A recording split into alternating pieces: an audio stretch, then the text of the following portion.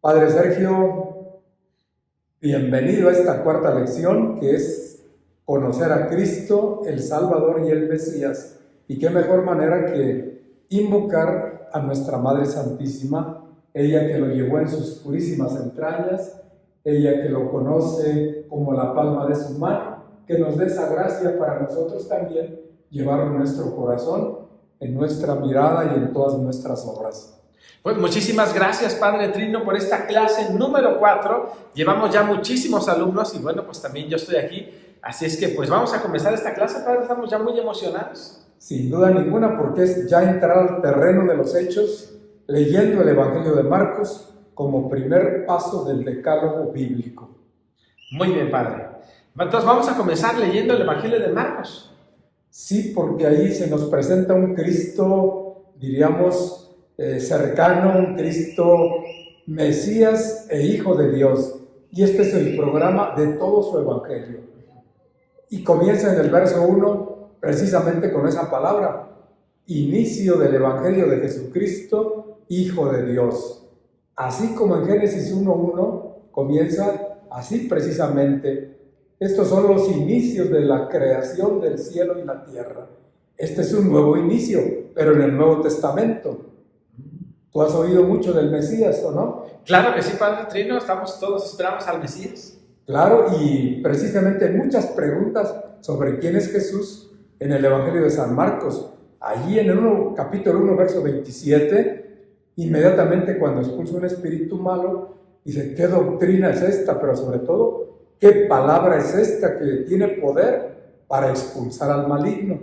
No tanto la palabra en sí, que claro sí, pero ante todo, ¿quién dice esta palabra? ¿Con qué autoridad? Mucha más firme y grande que la autoridad con la que enseñaban escribas y fariseos. ¿Qué te parece, Padre? Perfecto, Padre. Y si para comenzar, antes de la exégesis, nos dice en qué año lo escribieron, quién lo escribió.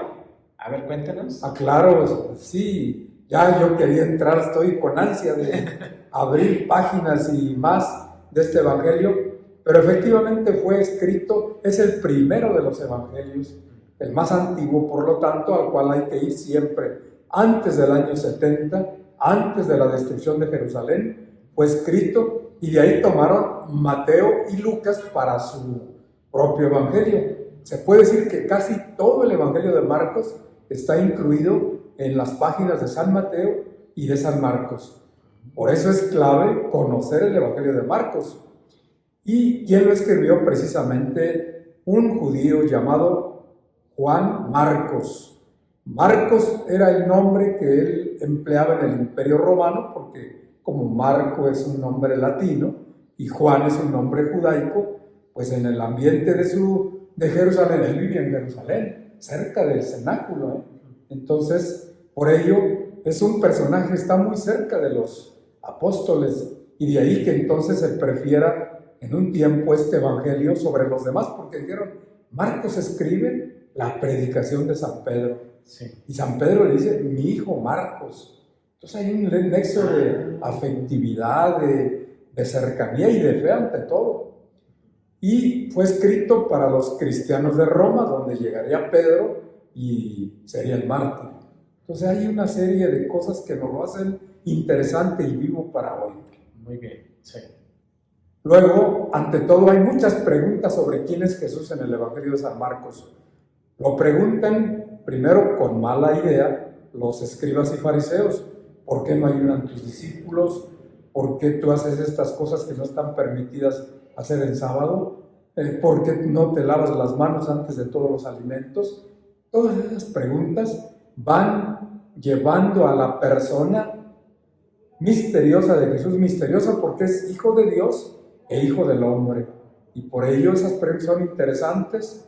Cuando dice Jesús, ¿quién soy yo para ustedes? Es una pregunta que arranca una decisión del corazón. No es tanto a ver si sabe el catecismo, Padre Sergio, a ver si sabe quién soy yo. No, que tome una opción como discípulo. Cuando le dice a los discípulos, a los 12, ¿y ustedes quién dicen que soy yo? Y Pedro le dice, en capítulo 8, verso 29, tú eres el Mesías.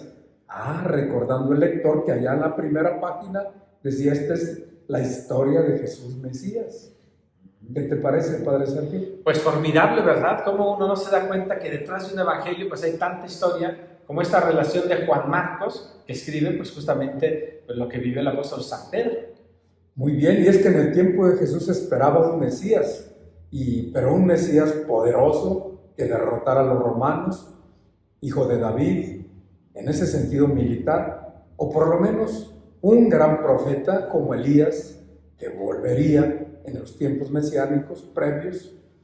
Pero Jesús es un Mesías crucificado, y lo dirá y lo explicará varias veces, porque también los discípulos dijeron, no, Señor, eso no te puede pasar a ti. Recuerda que Pedro le dijo, todos te andan buscando, maestro, y tú estás acá en la oración, y vamos. Y Jesús le dice, vamos a otras poblaciones para que también allá anuncie el reino de Dios. Pero sobre todo le dice, vamos a Jerusalén, donde el Hijo del Hombre va a ser entregado en manos de los hombres. Y Pedro una vez más se revela, no, Señor, eso no te puede pasar a ti. Y Jesús le dice, no, Pedro, tú eres mi discípulo, no eres mi mentor. Tú ven detrás de mí, a la cruz y a la resurrección. Entonces es interesante cómo Jesús va formando a sus discípulos, y nosotros somos discípulos. Al leer el Evangelio de Marcos, nos ponemos como discípulos para ir tras de este Jesús que va camino de la cruz, pero camino de la resurrección.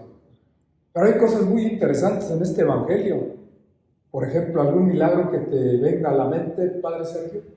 ¿La multiplicación de los panes? O no, pues esa es una piedra angular en la fe de la comunidad, porque hasta 2 veces se narra la multiplicación de los panes, no por pura repetición, sino por la riqueza del acontecimiento eucarístico, salvífico, para los tiempos que vendrán, para el presente, signo del reino. Bueno, Padre Sergio, me pusiste a hablar mucho sobre este milagro de la multiplicación de panes, y cómo hay un muchacho que lleva allí unos panes, y cómo la multitud se sacia, y al final quieren llevárselo para proclamarlo rey, pero él dice, este no es el camino, estas gentes buscan solo este alimento que perece, y hay que buscar el alimento que da la vida. Exactamente, eterna. la vida eterna, el pan de vida, bebida de salvación.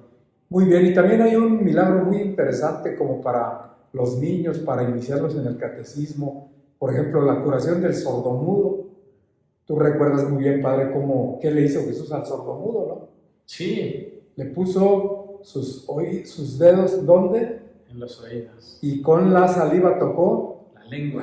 Vean cómo va llevando Jesús con los signos, su mano, saliva, sus dedos, indicando el milagro del encuentro con Jesús. El que se encuentra con Jesús habla, escucha, oye esas palabras efetá que le dice ahí en Mateo capítulo 7, verso 31 y siguientes. Esta narración interesante que es una iniciación cristiana. Pero también Jesús curó a un ciego, ¿recuerda, Padre? Claro, al ciego de nacimiento. El ciego de nacimiento en San Juan capítulo 9, y aquí en Marcos capítulo 8, el ciego de Betsaida, que le pone con su saliva, hace lodo, se la unta en los ojos y le dice, ¿ves algo? Dice, pues veo, pero como borroso, como si los árboles caminaran. Ahora le impone las manos sobre sus ojos, te las voy a imponer. Aunque tú estás muy bien de tu vista. Gracias a Dios. Pero hay que ver con los ojos de la fe, con la luz del Espíritu. Y entonces, la imposición de manos sobre los ojos hizo que el ciego viera todo con mucha claridad y lo distinguiera a la perfección. Esta es la mirada que vamos a ir descubriendo, esta es la luz que necesitamos al ir página a página en este Evangelio de Marcos. Y así como los milagros están las parábolas muy famosas en el Evangelio. Ahora, Padre Sergio, como tú ya eres muy experimentado en tus prédicas y en tus conocimientos, ¿qué parábola te fascina del Evangelio de Marcos? ¿O aquella del sembrador? ¿O aquella de la parábola que crece por sí sola? ¿O del grano de mostaza? No sé, ¿cuál? quisieras? La de nosotros somos sal de la tierra. Exactamente, es un símil. De aquí surgen muchas parábolas. Ustedes son la sal de la tierra, pero si la sal pierde su sabor, ¿con qué se la salarán? No sirve para nada, sino para que la pise la gente.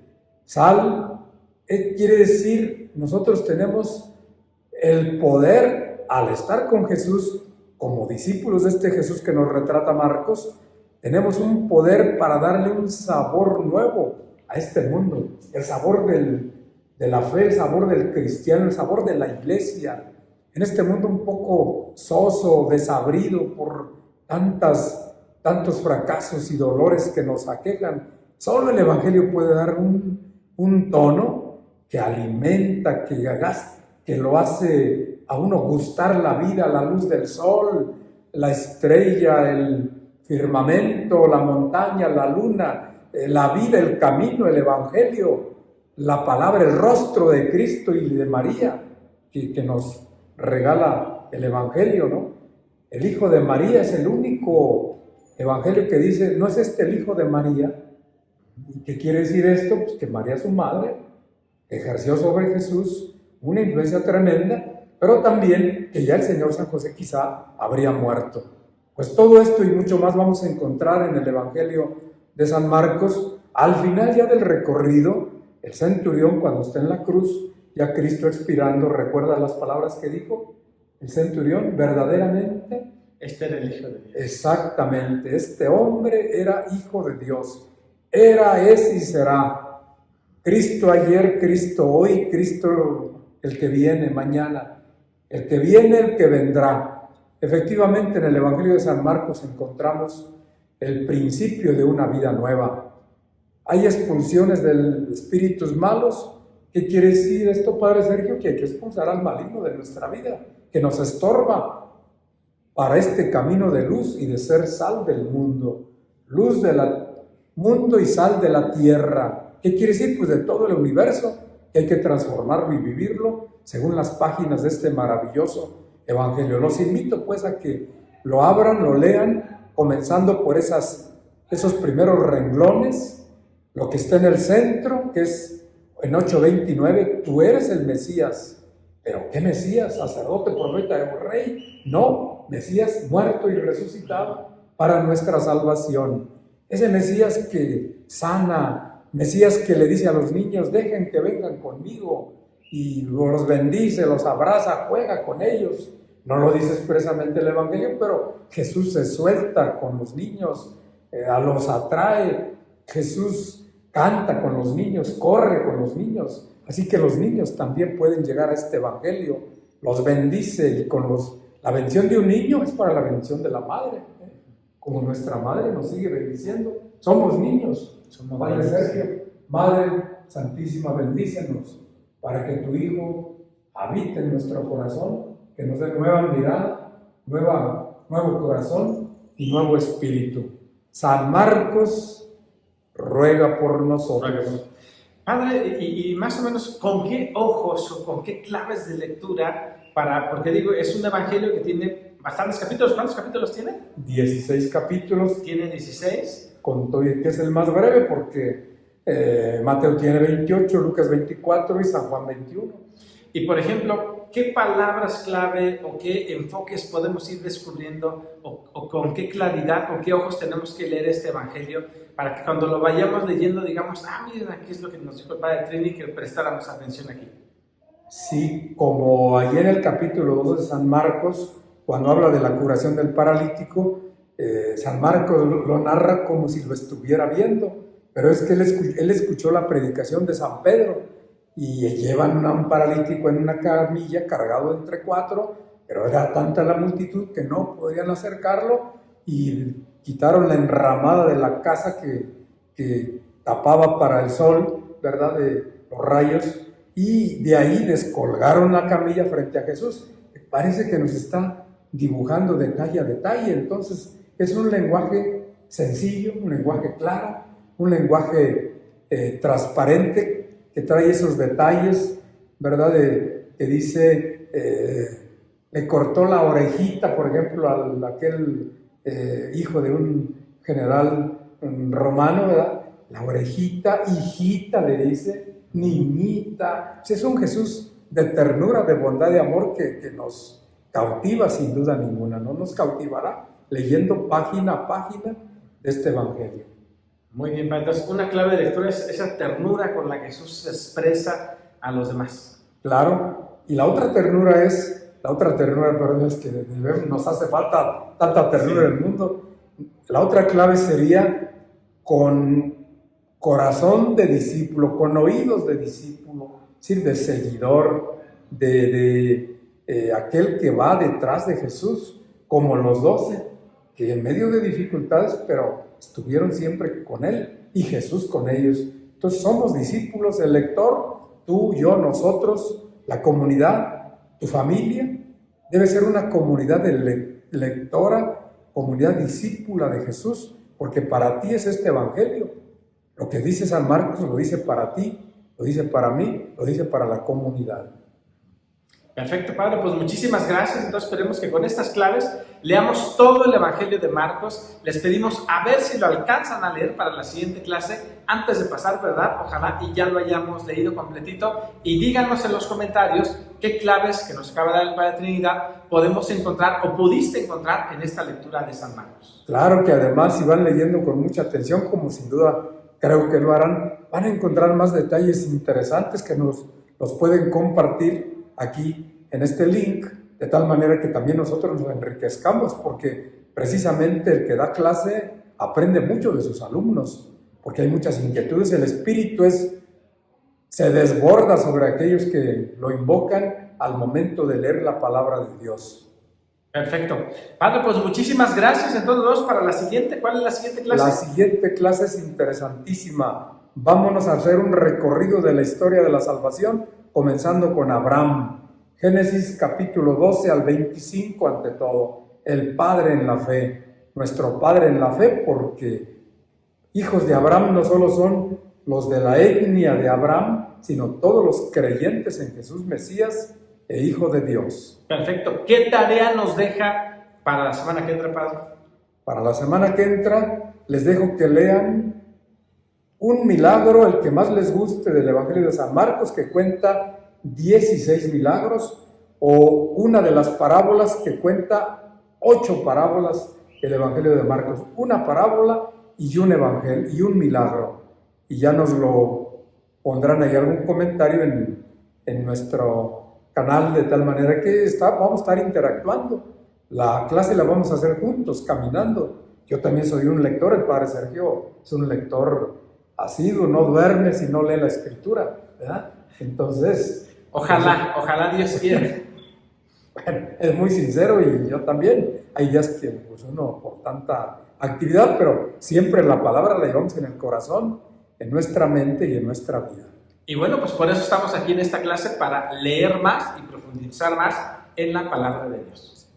Nos vemos hasta la próxima. Hasta luego, Padre, y vámonos ya porque nos toca hacernos de comer, yo creo.